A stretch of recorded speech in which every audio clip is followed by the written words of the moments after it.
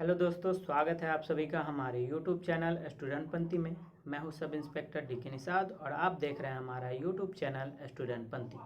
तो आज के इस वीडियो में हम बात करने वाले हैं डॉक्यूमेंट वेरिफिकेशन से रिलेटेड कि डॉक्यूमेंट वेरिफिकेशन में क्या क्या डॉक्यूमेंट की ज़रूरत होती है और किन कंडीशन में जो है डिसक्वालीफाई कर दिया जाता है। ठीक है, तो किन कंडीशन में रिजेक्ट कर दिया जाता है, इस पे भी हम इस वीडियो में बात करने वाले हैं। इससे पहले अगर आपने हमारा चैनल सब्सक्राइब नहीं किया है तो ज़रूर कर लें, साथ में बेल आइकन को दबा लें ताकि जो भी मैं वीडियो डालूं उसका नोटिफिकेशन आपको मिलती रहे।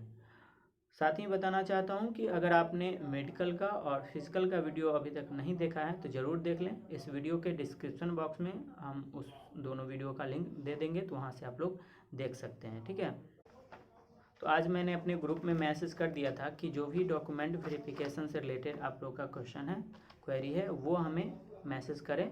ठीक है, तो बहुत सारे कैंडिडेट जो है क्वेश्चन किए हैं, उन सारे क्वेश्चन का मैं जवाब इस वीडियो में देने वाला हूं। ठीक है, मैंने पहले से ही लिख रखा है। जो भी आप लोग का क्वेरी है जो इम्पोर्टेंट है वो सारी क्वेश्चन का हम जवाब इस वीडियो में देंगे। तो इस वीडियो को शुरू से लास्ट तक ज़रूर देखिए। ठीक है, तो हम एक एक चीज़ों को डिटेल में बताएंगे, आप लोग समझते जाइए। ठीक है, और साथ ही बताना चाहता हूँ कि अगर कुछ चीज़ें छूट जाए, ठीक है, बताते हुए अगर कुछ चीज़ें छूट जाए तो आप लोग इस वीडियो का जो है कमेंट ज़रूर देखिएगा। ठीक है, सबसे ऊपर में पिन करके कमेंट कर दूंगा। जो भी चीज़ें छूट जाएगी और जो लगेगा कि ये डॉक्यूमेंट वेरिफिकेशन से रिलेटेड इम्पोर्टेंट है तो वो मैं कमेंट में लिख दूंगा। तो आप लोग वीडियो देखने के जस्ट बाद एक बार ज़रूर कमेंट कर लीजिए। तो पहला क्वेश्चन है कि डॉक्यूमेंट वेरिफिकेशन कब होता है। ठीक है, तो डॉक्यूमेंट वेरिफिकेशन जो है 3 बार होता है। ठीक है, पहली बार जो डॉक्यूमेंट वेरिफिकेशन होता है वो सबसे इम्पोर्टेंट होता है और ये होता है फिजिकल के जस्ट बाद। कहने का मतलब है कि जिस दिन आप लोग का फिजिकल होगा उसी दिन डॉक्यूमेंट वेरिफिकेशन भी होगा। ठीक है, तो दिन में आप लोग का सेम डे में दिन में फिजिकल हो जाएगा और लगभग शाम हो जाता है डॉक्यूमेंट वेरिफिकेशन करते करते। तो लगभग उसी दिन जिस दिन फिजिकल होता है उसी दिन पहली बार जो है डॉक्यूमेंट वेरिफिकेशन होता है। ठीक है, सेकेंड टाइम जब आप ज्वाइनिंग लेटर लेने के लिए जाइएगा तो वहाँ पे भी डॉक्यूमेंट वगैरह लेके जाना पड़ेगा, वहाँ डॉक्यूमेंट चेक किया जाएगा, फिर आपको ज्वाइनिंग लेटर मिलेगा। ठीक है, जो कि BPSSC का बोर्ड है पटना में। ठीक है, संतोष मेंशन करके वहाँ ब्लॉक भी है, वहाँ पे इसका ऑफिस। तो वहाँ पे भी जब ज्वाइनिंग लेटर लेने जाइएगा तो डॉक्यूमेंट पूरा लेके जाना होगा। ठीक है, तो सेकेंड टाइम वहाँ चेक। और तीसरी बार होता है जब आप ज्वाइनिंग करते हैं। ठीक है, तो DIG रेंज में तीसरी बार होता है। मतलब पहली बार फिजिकल के टाइम में जहाँ की फिजिकल होगा गर्दनी भाग में, दूसरी बार जहाँ की BPSSC का बोर्ड है जहाँ ज्वाइनिंग लेटर मिलेगा, और तीसरी बार जहाँ की आपका ज्वाइनिंग होगा। तो अलग अलग प्रोसेस है और सबसे इसमें जो मेन प्रोसेस होता है पहली बार जो डॉक्यूमेंट चेक होता है वही। सेकेंड एंड थर्ड टाइम जो है डिस्क्वालीफाई नहीं होता है, तो पहली बार में ही डिस्क्वालीफाई कर दिया जाता है अगर डॉक्यूमेंट में कमी हो या किसी प्रकार की गलती हो तो। ठीक है, तो बाकी हम एक एक चीज़ें जो भी क्वेश्चन है वो एक एक करके बात करेंगे। तो आगे वीडियो देखते रहें और वीडियो अच्छी लगे तो लाइक करें, अपने दोस्तों में शेयर ज़रूर करें, साथ ही मेरे चैनल को सब्सक्राइब करें। दरोगा से रिलेटेड जो भी जानकारियाँ होती है मैं अपने चैनल पे समय समय पर उपलब्ध कराते रहता हूँ, तो आप लोग ज़रूर इस चैनल को सब्सक्राइब करें।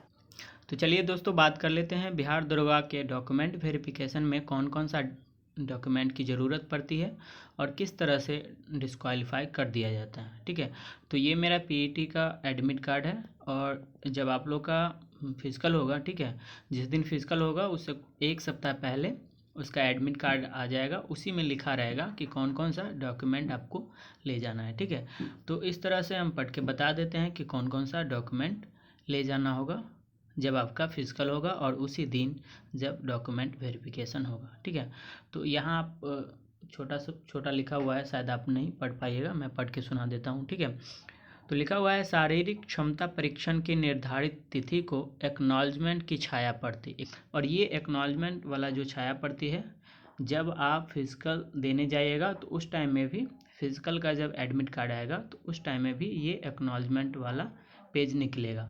दूसरा है फोटो युक्त पहचान पत्र। तो जो आपने फॉर्म भरते वक्त पहचान पत्र दिया है, जैसे कि आधार कार्ड दिए होंगे, मैक्सिमम लोग जो है आधार कार्ड देते हैं, तो आप आधार कार्ड लेके जाएं। और साथ ही बता देते हैं कि जितना भी चीज़ लेके जाना है वो ओरिजिनल और उसका एक एक फ़ोटोकॉपी ले जाना है। ठीक है, तो आधार कार्ड का एक जेरोक्स करवा लेना है और ओरिजिनल लेके जाना है। अगर आपने पैन कार्ड दिया है तो पैन कार्ड लेके जाइए, या फिर वोटर आईडी दिया है तो फिर वोटर आईडी, कोई भी एक फ़ोटोयुक्त पहचान पत्र होना चाहिए।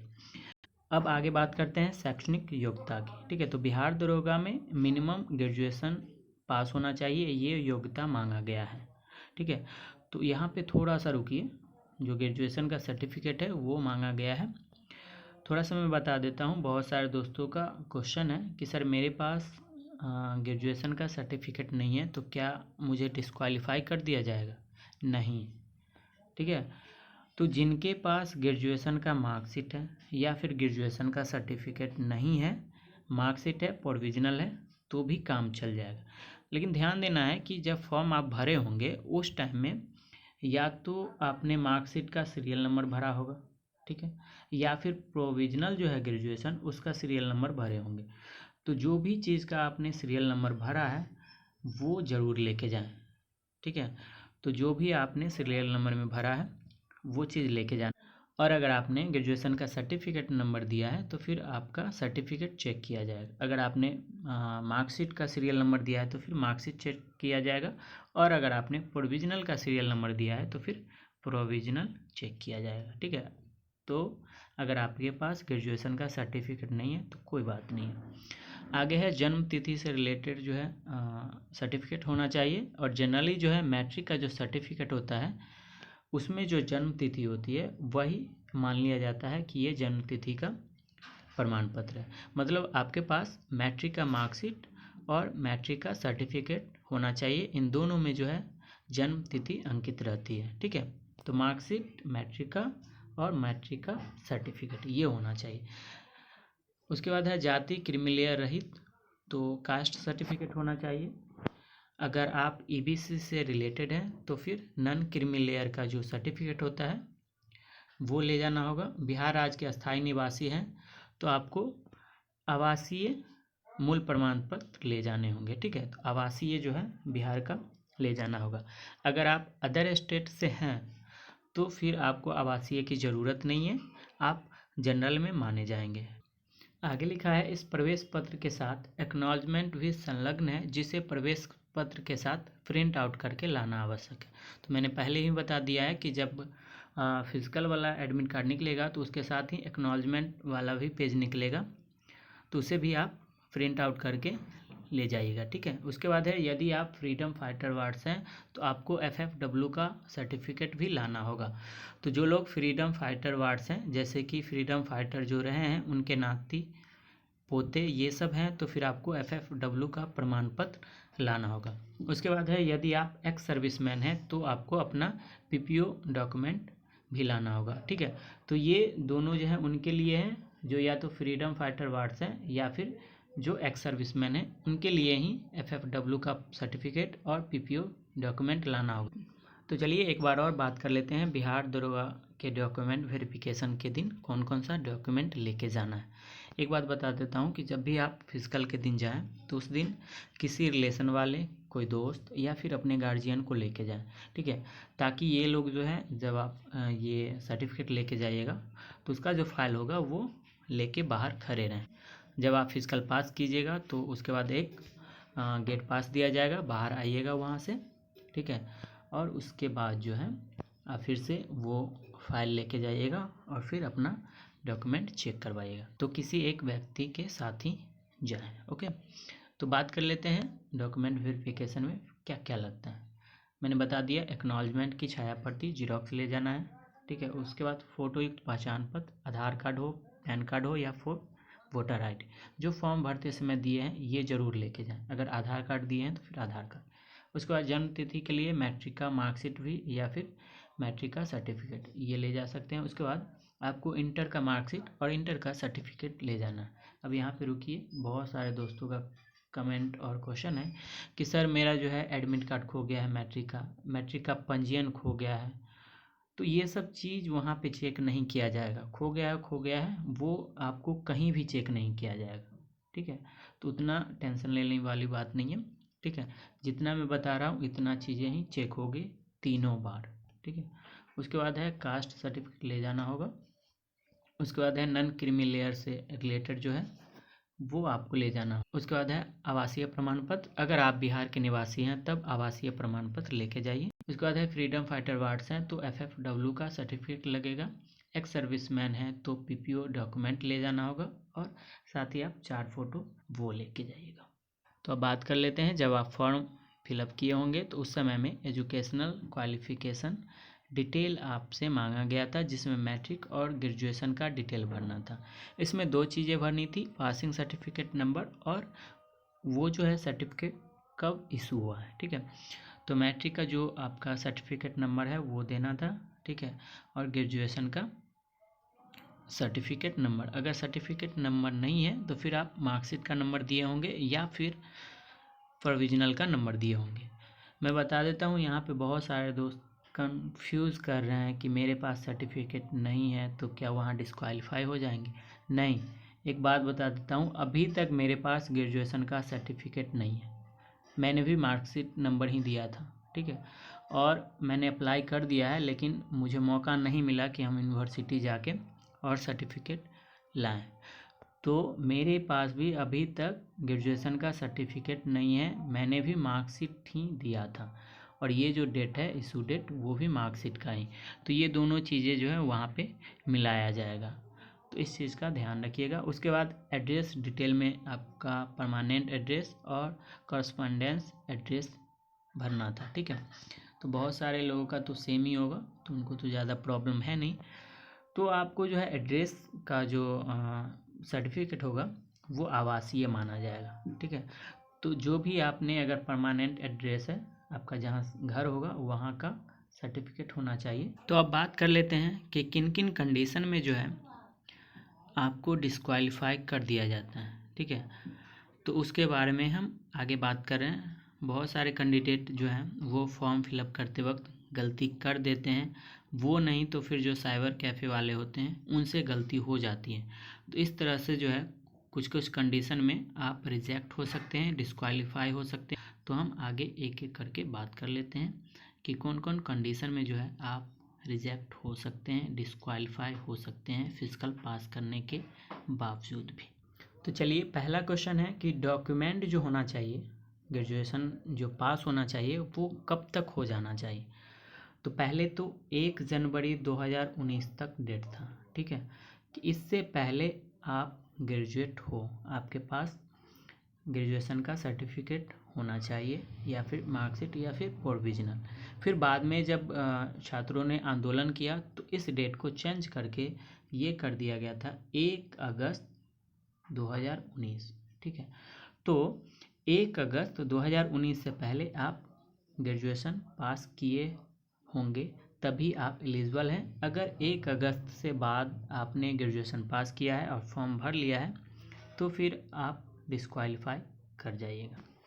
अगली बात है कि caste certificate, EBC certificate, non creamy layer certificate, ठीक है, आवासीय सर्टिफिकेट, EWS सर्टिफिकेट, ये सब जो है कब का बना होना चाहिए। तो जनरली जो है इसके नोटिफिकेशन में लिखा हुआ है कि जो भी सर्टिफिकेट वगैरह होना चाहिए वो 1 अगस्त 2019 से पहले का होना चाहिए। लेकिन मैंने गौर किया है कि छूट मिलता है वहाँ पे। जैसे कि मैं खुद बता देता हूँ, मेरे पास नॉन क्रीमी लेयर का सर्टिफिकेट नहीं था। जब चेक कर लिया गया पूरा डॉक्यूमेंट जो मेरा था वो चेक कर लिया गया तो मेरे पास एक और मांगा गया नॉन क्रीमी लेयर का सर्टिफिकेट, जो कि मेरे पास नहीं था। फिर मैंने बताया कि सर मेरे पास ये सर्टिफिकेट नहीं है। तो उन्होंने मुझे 3 दिन का टाइम दिया कि 3 दिन के अंदर आप ये सर्टिफिकेट जमा कर दें, ठीक है, वहाँ पे। तो पहले लड़के का फिजिकल होता है और लड़के का फिजिकल लगभग 5-6-7 दिन चलता है, उसके बाद लड़कियों का फिजिकल शुरू होता है। तो जब तक वहाँ फिजिकल होते रहता है उसके अंदर ही आपको वहाँ पे जाके और जमा कर देना होता है। 2 से 3 दिन का टाइम मिलेगा अगर आपके पास सर्टिफिकेट नहीं है। तो अदरवाइज़ और अगर लेट कर देते हैं तो फिर आपको बोर्ड ऑफिस में जमा करवाना पड़ेगा, या उनके पास ये अधिकार रहता है कि आपको रिजेक्ट कर दें। तो इसलिए उस दौरान अगर इस तरह का मौका मिले कि 2 दिन में ही आपको जमा कर देना है तो फिर आप जमा कर दीजिएगा। अब अगली बात आता है कि ये सब सर्टिफिकेट कहाँ का होना चाहिए। ठीक है, तो ये सब सर्टिफिकेट होना चाहिए वीडियो के यहाँ का, मतलब ब्लॉक का होना चाहिए। वीडियो सीओ के यहाँ का होना चाहिए, मतलब ब्लॉक का होना चाहिए। ये नहीं कि आप एसडीओ ऑफिस और समाहरणालय का बना के ले जाएं। ये यहाँ का होना चाहिए, आपके ब्लॉक का होना चाहिए। ब्लॉक लेवल का सर्टिफिकेट चेक किया जाता है। तो अगर आपके पास कोई सर्टिफिकेट नहीं है तो अभी से ही बनवा लें। ठीक है, तो अब आप लोग का क्लियर हो गया होगा कि पहले वाला नहीं, अभी भी अगर बना लिए तो भी चलेगा, लेकिन अगर पहले से बनाए हुए हैं तो उसको ज़रूर संजोए रखें। वो भी चेक किया जा सकता है कि पहले वाला भी मांग सकता है। साथ ही क्वेश्चन है कि ग्रेजुएशन और आईटीआई एक साथ किए हुए हैं तो क्या कोई दिक्कत होगा। तो पहली बात तो आपको ग्रेजुएशन और आईटीआई एक साथ करना ही नहीं चाहिए था। अगर कर लिए हैं तो कोई बात नहीं है, आईटीआई का सर्टिफिकेट जो है वहाँ पे चेक नहीं किया जाएगा। आप केवल ग्रेजुएशन का सर्टिफिकेट वहाँ दिखाएंगे। ये थोड़ी ना आपको बोलना है कि मैंने आईटीआई भी किया है। कोई प्रेफरेंस या कोई फ़ायदा होने वाला नहीं है कि आप आईटीआई बोल दीजिएगा तो कोई फ़ायदा होगा, इसलिए आप इस बात को छुपाए ही रखिएगा। ठीक है, केवल ग्रेजुएशन का सर्टिफिकेट दिखाना है। ये गलत है, आप एक साथ 2 सर्टिफिकेट नहीं ले सकते। ठीक है, एक ही साथ जो है 2 चीज़ की पढ़ाई नहीं कर सकते। तो इस तरह की गलतियाँ मत करें। ठीक है, उसके बाद है मैट्रिक में स्पेलिंग मिस्टेक है। जैसे कि मैट्रिक में है, इनके पिता का नाम मैं बता देता हूँ, राम विलास। ठीक है, और ये इनका जो है ग्रेजुएशन में हो गया है राम विलास, मतलब एच छूट गया है। तो इस तरह का जो है पूरे इसके नोटिफिकेशन आप पढ़िएगा। बिहार दरोगा का जो वैकेंसी आया था उस टाइम में ये सब बातें लिखा हुआ है, जो कि हम पढ़ के थोड़ी देर बाद बता देते हैं। अगली बात है, कैरेक्टर सर्टिफिकेट भी मांगता है क्या। तो नहीं, कैरेक्टर सर्टिफिकेट नहीं चेक होता है और ना ही आपको बना के ले जाना है। कैरेक्टर सर्टिफिकेट आपके बिहार दरोगा के वेरिफिकेशन में कभी भी ज़रूरत नहीं पड़ेगा। जब आपका मेरिट हो जाएगा उसके बाद जो है खुद आपके घर पे आएंगे, जो आपके थानेदार होंगे, जिस थाना क्षेत्र में आपका घर पड़ता है, तो उस थाने के प्रभारी या फिर इंस्पेक्टर सर आएंगे, आपके घर पे ही आएंगे और पूछताछ करेंगे। ठीक है, उसी में जो है आपका वेरिफिकेशन हो जाएगा। कैरेक्टर सर्टिफिकेट बनवाना नहीं पड़ता है। तो 2 कंडीशन है, या तो आपके घर पे आएंगे इंस्पेक्टर होंगे, या फिर जो थाना प्रभारी होंगे वो आएंगे, या फिर अदरवाइज आपको थाना पे बुलाया जाएगा। एक क्वेश्चन है कि बीटेक वाले जो कैंडिडेट हैं वो कौन कौन सा सर्टिफिकेट लेके जाएंगे। तो सेम चीज़ आपको ले जाना है। बीटेक वाला जो सर्टिफिकेट है वो आपका ग्रेजुएशन के बराबर माना जाता है, तो जो भी चीज़ें है वो तो ले जाना ही है। ग्रेजुएशन के का जो सर्टिफिकेट है वो आपका बीटेक का सर्टिफिकेट है, मतलब ग्रेजुएशन की जगह वाला जो है बीए बीएससी की जगह आपको बीटेक का सर्टिफिकेट ले जाना होगा। तो ये सिंपल सा बात है, फिर भी आप क्वेश्चन कर लिए हैं, कोई बात नहीं है। एक मज़ेदार क्वेश्चन है कि सर फॉर्म में मैरिड भरा गया है पर मैं अनमैरिड हूँ। तो इस तरह का भी क्वेश्चन है। आपको देखना चाहिए कि जब फॉर्म भरे हैं आप तो उसमें मैरिड भरे हैं या अनमैरिड भरे हैं। अगर साइबर कैफ़े वालों ने भर दिया है तो फिर आपको देखना चाहिए था। जब भी फॉर्म भरे तो उसका नोटिफिकेशन जो है वो ज़रूर पढ़ें कि किस चीज़ को अच्छे से भरना है, कौन सा गलती नहीं करना है। तो ये सब चीज़ें आपको ध्यान देना होगा फॉर्म फिलअप करते वक्त। तो इसका तो एक सॉल्यूशन है कि आप मैरिड भर दिए हैं लेकिन आप अनमैरिड हैं, तो फिर आप मैरिड हो जाइए, आई मीन आप शादी कर लीजिए। ठीक है, अच्छा रहेगा। और देखिए, एक जगह है जहाँ पे आपकी पत्नी का या फिर आपके पति का नाम पूछा जाएगा अगर आपने मैरिड भर दिया है तो आप सोच लीजिए कि आपको या तो पति का नाम भरना ही होगा या फिर पत्नी का नाम भरना होगा जब आप मैरिड होंगे। तो हो सकता है आप झूठ भी लिख सकते हैं इसमें कि मेरी पत्नी का नाम ये है या मेरे पति का नाम ये है। पति और पत्नी का जो है कोई भी सर्टिफिकेट नहीं मांगा जाएगा, इसलिए हो सकता है कि आप झूठ भी भर दें। ठीक है, तो इस तरह की गलती आपको नहीं करना चाहिए था। फॉर्म फिलअप करते वक्त एक एक चीज़ को अच्छे से ध्यान देना चाहिए था। ठीक है, बाकी और भी बातें कर लेते हैं जो कि नोटिफिकेशन में लिखा हुआ है। अब जो बिहार दरोगा का नोटिफिकेशन है वो हम थोड़ा पढ़ के बताते हैं, आप समझते जाइएगा। ओके, तो ऑनलाइन आवेदन पत्र भरने के लिए आवश्यक निर्देश है कि ऑनलाइन आवेदन पत्र भरने के लिए वेबसाइट पे आवश्यक दिशा निर्देश उपलब्ध है। अभ्यर्थियों को सलाह दी जाती है कि आवेदन पत्र भरने के पूर्व उपरोक्त दिशा निर्देशों का भलीभांति अध्ययन कर लें तथा आवेदन पत्र भरने के क्रम में सभी सूचनाएं सही सही अंकित करें। तो जो भी आप आवेदन पत्र में भर रहे हैं वो सही सही होना चाहिए। यदि कोई सूचना झूठी या गलत पाई जाएगी तो आवेदन पत्र को रद्द करने के साथ साथ आवश्यक कानूनी कार्रवाई भी की जाएगी। तो इस तरह का आपका जो भी सूचना हो वो सही होना चाहिए।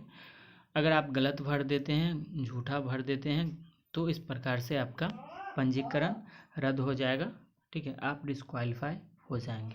तो आगे लिखा हुआ था इसी में पंजीकरण से रिलेटेड आवेदक का नाम। ठीक है, तो डायरेक्ट रिक्वायरमेंट जो है आवेदक का नाम 10th प्रमाण पत्र के अनुसार होना चाहिए। Mister, miss, Shrimati, Shri, doctor आदि जैसे उपसर्ग की अनुमति नहीं है। तो एक लड़की है जो मैसेज किया कि सर मैंने अपने पिता के नाम में लेट भर दिया है, ठीक है, तो क्या डिस्क्वालीफाई हो जाएंगे? तो पहले ही बता देते हैं कि जब भी आप ऑफिशियल फॉर्म अप्लाई करें या जो भी ऑफिशियल कार्य करते हैं उसमें स्वर्गीय ये सब मत भरिए। ठीक है, जो भी सर्टिफिकेट बनवाइए वो सीधे बनवा लीजिए, उसमें स्वर्गीय, लेट ये सब लगाने की कोई ज़रूरत नहीं है। मिस, मिस्टर ये सब मना करता है कि आप फॉर्म फिलअप करते वक्त अपने या अपने माता पिता के नाम से पहले मिस्टर, मिसेस, मिस ये सब शब्दों का प्रयोग नहीं करें। तो आपने ये एक गलती कर दी है। ठीक है, ये पहले ही बोल रहा है कि एक भी चीज़ गलती नहीं होना चाहिए, लेकिन फिर भी हो सकता है वहाँ पे आपको छूट मिल जाए, डिस्क्वालीफाई नहीं करें। तो आगे है राष्ट्रीयता जो है इंडियन होना चाहिए। मोबाइल नंबर की बात है, मैं धीरे धीरे बता रहा हूँ कि किन किन कंडीशन में आप जो है डिस्क्वालीफाई हो सकते हैं। यहाँ पे देखिए वर्ग, ये सबसे इम्पोर्टेंट है, यहीं पे आप डिस्क्वालीफाई होइएगा। किसी और चीज़ में भले डिस्क्वालीफाई नहीं हो लेकिन आप कैटेगरी में ज़रूर डिस्क्वालीफाई हो सकते हैं अगर आपने गलती भर दिया है तो। आवेदक को अपने वर्ग का चयन करना चाहिए जिससे वो संबंधित है, जैसे कि सामान्य, EWS, EBC, BC, SC, ST। ठीक है, और EWS, EBC, BC, SC, ST से संबंधित आवेदकों को दस्तावेज सत्यापन के समय प्रासंगिक प्रमाण पत्र प्रस्तुत करना होगा। ठीक है, आवेदक जो बिहार राज्य के निवासी नहीं है को सामान्य वर्ग के रूप में चयन करना चाहिए। ठीक है, तो जो भी बिहार से बाहर हैं वो तो जनरल होंगे ही, उनको EWS, EBC, BC, SC इस सब का कोई ज़रूरत नहीं पड़ेगा। ठीक है, तो सबसे ज़्यादा जो डिस्क्वालीफाई होते हैं इसी में। पहली बात कि आप EBC से हैं और BC भर दिए हैं तो आप डिस्क्वालीफाई हो जाइएगा, यहाँ पे कोई मर्सी नहीं रहेगा। ठीक है, अगर आप BC से हैं और EBC भर दिए हैं, ठीक है, BC से हैं EBC भर दिए हैं तो भी आप डिस्क्वालीफाई होइएगा। UR है, जनरल में है, BC भर दिए हैं, EBC भर दिए हैं या फिर SC भर दिए हैं या फिर ST भर दिए हैं तो भी आप डिस्क्वालीफाई होइएगा, यहाँ पे कोई मर्सी नहीं है। जो ही आपका कैटेगरी गलती होगा आप डिस्क्वालीफाई हो जाइएगा। अब एक लास्ट बात बता देते हैं कि आवेदन पत्र भरने के पूर्व अभ्यर्थी यह सुनिश्चित कर लेंगे कि वह दिनांक 1/1/2019 को निर्धारित आयु सीमा, शैक्षणिक योग्यता आदि सभी पात्रता को पूर्ण करते हैं। बाद में इस डेट को 1 अगस्त 2019 कर दिया था। ठीक है, तो इस 1 अगस्त 2019 से पहले आपके पास पूरा एजुकेशनल सर्टिफिकेट वगैरह जो है वो होना चाहिए। अगली बात है कि अभ्यर्थी 10वीं की बोर्ड परीक्षा के मूल प्रमाण पत्र के आधार पर आवेदन पत्र में अपनी जन्म तिथि का सही उल्लेख करेंगे। आवेदन पत्र में अभ्यर्थी अपना नाम, पिता या फिर पति का नाम, पता, शैक्षणिक योग्यता आदि सभी सूचनाएं बिल्कुल सही भरें। प्रमाण पत्रों से मिलान के समय यदि इनमें कोई भिन्नता पाई जाती है तो आवेदिका की उम्मीदवारी रद्द कर दी जाएगी। तो दोस्तों इस तरह से मैंने जो भी डॉक्यूमेंट वेरिफिकेशन से रिलेटेड बातें थी वो बता दिया है एक एक करके डिटेल में। और भी अगर कुछ जानकारियाँ होगी जो मुझे लगेगा कि मैंने छोड़ दिया है तो फिर मैं इस वीडियो के कमेंट बॉक्स में दे दूंगा, तो आप लोग इस वीडियो के देखने के जस्ट बाद एक बार कमेंट ज़रूर पढ़ लें। पहला कमेंट मेरा होगा पिन करके। ठीक है, और भी अगर कोई क्वेश्चन है तो फिर हमें इस वीडियो के कमेंट में पूछ सकते हैं। ठीक है, और फिज़िकल का वीडियो और मेडिकल का वीडियो जो है इस वीडियो के डिस्क्रिप्शन में रहेगा, तो वो भी देख लीजिए। ठीक है। और अगर आपने अभी तक हमारा चैनल सब्सक्राइब नहीं किया है तो ज़रूर कर लें, साथ में बेल आइकन को दबा लें ताकि जो भी मैं वीडियो डालूँ उसका नोटिफिकेशन आपको मिलती रहे। वीडियो देखने के लिए धन्यवाद।